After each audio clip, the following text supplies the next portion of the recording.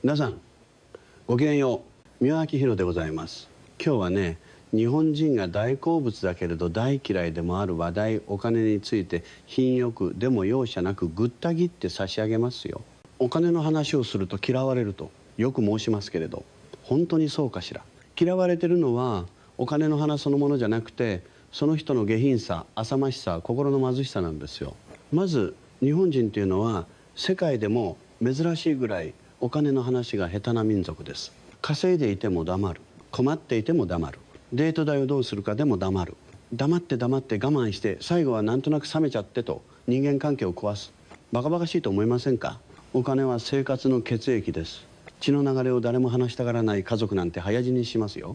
ところが今の日本ではお金の話は下品と言いながら、心の中ではお金に人生を完全に支配されている方が多い。自慢話はお金、マウントもお金、でも話し合いと相談だけはしない。これが一番みっともないのです。恋愛でも結婚でもお金の価値観が合わなくて別れる方が増えてるそうですね。それはそうでしょう。デート代一つで相手の人生観が丸見えになるんですから、本当はお付き合いの最初の頃に自分はこれくらいの収入でこういうお金の使い方を大事にしていると静かに話し合えばいいだけのこと。それをせずに男なんだから全部払うべき、割り勘が当たり前、年収いくらじゃないと無理とお互い相手に押し付けて心の中で採点している。あなたたち恋人を探してるんじゃなくて、都合のいいスポンサーか無料の家政婦を物色してるだけじゃありませんか？品がないのは財布じゃなくてその魂です。最近はね、自分のお金の癖を診断する遊びまで流行ってるそうですけれど、日本人の半分以上が渋りすぎなんですって。笑ってしまいますわね。ケチというのは使わないことでお金を守っているつもりで、実際には信頼と機会を売っている人のことです。倹約とケチは別物です。倹約は頭の良さ、ケチは心の貧しさ。似てるようで香りがまるで違うんですよ。ケチな人の周りからは人もチャンスも逃げていきます。なぜか、渡すべきところで渡さないからです。お金も愛も出入り口が同じなんです。出さない人のところには入ってこない。これが宇宙の法則です。ところが一方で最近はお金を見せびらかすのも大好きな方が増えてる。どこへ行った、何を食べた、いくら使った、お札をセンスみたいに広げてねえ見てみてとやってる。あれ人からどう見えてるか教えて差し上げましょうか。心の空洞にお札を詰め込んでる人です。立派な家の中がスカスカの空き家みたいなもの。お金の話が嫌われるのはその話が自慢と比較とマウントのために使われた時だけです。要は動機が下品なんです。お金の話というのは本来とても上品にできるものですよ。例えば誰かが成功している話を聞いたら、その人はどんな努力をしてどんな工夫をしてどう周りに感謝しているのかを話題にすればいい。それなのに年収いくらだって、勝ち組だって、コスパがいいだの、とにかくね、普段の話しかしない。あなたたち人間の値札鑑定士ですか？お金というのは数字の問題ではなくて、何に使ったか、どう稼いだか、どんな顔で受け取ったかでその人の品が決まります。例えば同じ1万円でも弱っている友達にそっとご馳走してあげる1万円と、部下を見下しながら投げるように払う1万円では全然違うのです。前者は人間を救い、後者は人間を傷つける。紙切れは同じでもそこに乗ってる心が違うわけです。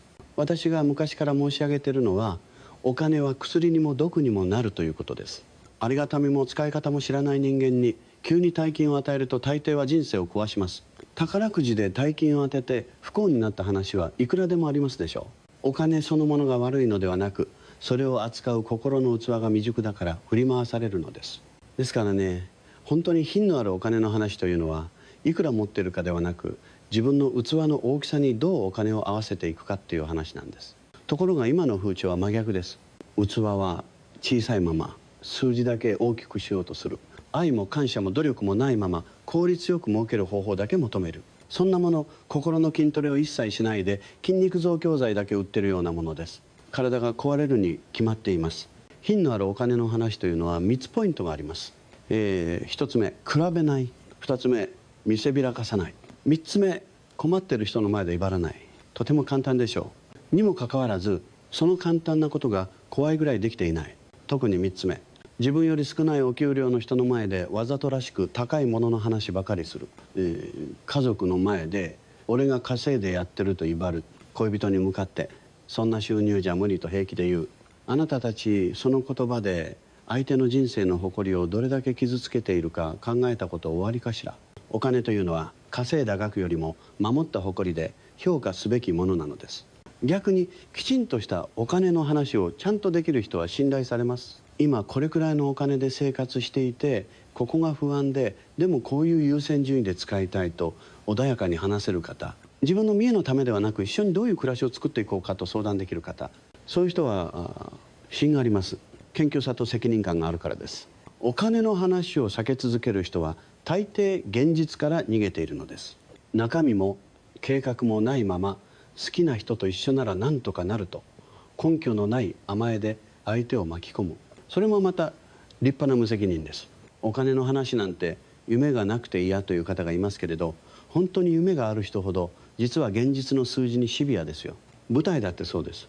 夢のような世界を作るには台本も時間も人件費も全部きっちり計算しないと途中で明かりが落ちて終わりです。お金の話から逃げる夢は夢ではなくただの妄想です。今の世の中、お金が全てと言い切るのも下品ですが、お金なんてどうでもいいと気取るのもこれまた下品です。どちらも極端で思考停止です。本当はお金は大事。でも人間の価値はお金だけでは測れないという当たり前のことを淡々と生きればいいだけなのです。お金は手段、信頼と愛と生き方が目的。目的を忘れて手段ばかり追いかけるから人生がみっともなくねじれていくのです。ですから皆さん、品のある金の話をしたいのなら自分にこう問いかけてください。この話は誰かを傷つけるためか、誰かを救うためか、このお金は自分の見栄を満たすためか、人の役に立つためか、そこで少しでも後ろめたさを感じるなら一度立ち止まりなさい。その一呼吸があなたの品を守ります。そしてもう一つ大切なのは、自分の金銭感覚が絶対に正しいと思い込まないことです。倹約家の人は使う人をだらしないと決めつけ、使う人は貯める人をケチとバカにする。どちらも幼稚です。人には、それぞれ背負ってきた歴史があります。貧しさの中で、苦労してきた人は当然慎重になる。逆に突然お金を手にした人は使い方を知らなくて暴走することもある。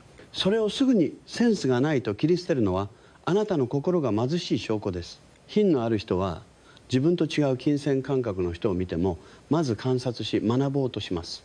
なぜこの人はここにお金をかけるのか、何を大事にしているのか、そこで初めてその人の美学が見えてくる。それを理解しようとせずに理解不能、ありえないと笑う人間はどれだけ稼いでも永遠に下品なままです。で、私は若い頃から世間から見れば下品だ、非常識だと散々言われ続けてきました。でも分かっていたのです。本当に下品なのは人の生き方をお金と世間体だけで判断するその心の方だと。どれだけ貧しくても誰にもこびず、人に優しく自分の美意識を守って生きる人は大変上品です。逆にどれだけ豪邸に住んでいてもお金で人を振り回し見栄のためにしか使わない人は一流の貧乏人です。皆さんもぜひ自分に問いかけてみてください。私はお金を持っているか持っていないかではなく、私はお金の使い方に品があるかないか。お金の話を嫌われずにできる人というのは結局自分のお金を自分の責任で選択している人です。親のせい、社会のせい、時代のせいにしない。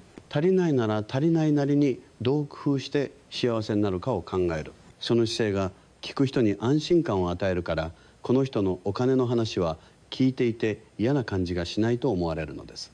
最後に一番大事なことを申し上げます。